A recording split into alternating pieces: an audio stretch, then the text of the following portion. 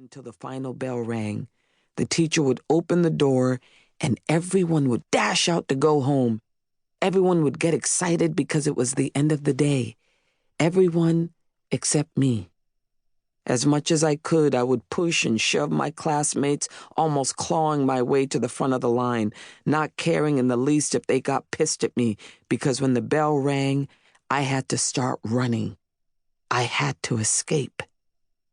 A boy in my class who was Cape Verdean from the Cape Verde Isles off the coast of West Africa was black and Portuguese, and as black as I was, but he didn't want to be associated with African Americans, a mindset I later learned was very common among Cape Verdeans in Central Falls.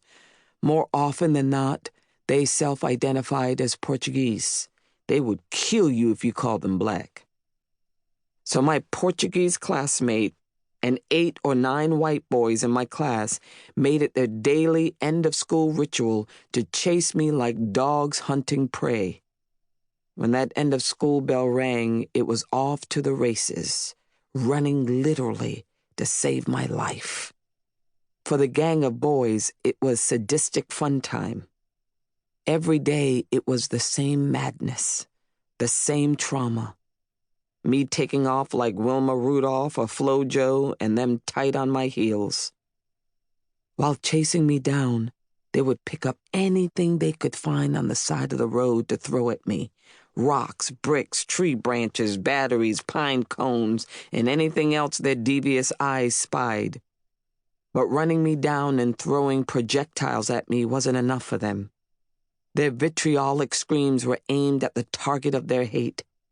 They threw, "You ugly black nigger, you're so fucking ugly, fuck you." Thank God I was fast.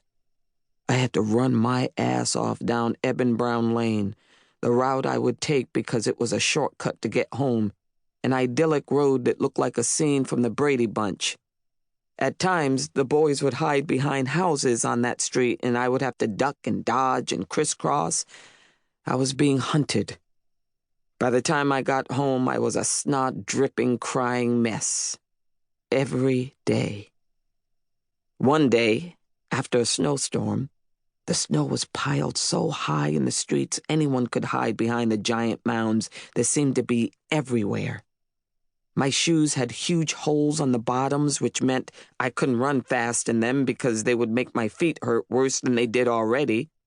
Because of this, during my daily runs for my life, I would usually take my shoes off, hold them in my hands, and run in bare feet. But with mountains of snow everywhere, I couldn't this time. As a result, they caught me. And when they did, they held my arms back and took me to their leader, the Cape Verdean boy. I don't mention names because, well, their race is way more important in telling this story. "She's ugly, black fucking nigger," he said. My heart was beating so fast I kept silently praying for someone to come and save me. And the other voices sounded around me.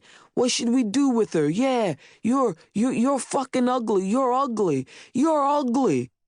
"I don't know why you're saying that to me," I pleaded to the ringleader, the Portuguese boy. "You're black too." And when I said that, everyone froze and fell deathly silent. For a split second, we were all in a movie, as all the now silent white boys looked at the Portuguese boy, eager to respond to anything he said. "You're black too," I yelled at this time, calling him by name. The gang remained silent, so quiet. He looked and looked and looked from one white boy to another, frightened and struggling to find a way to hide the truth of what I had just said.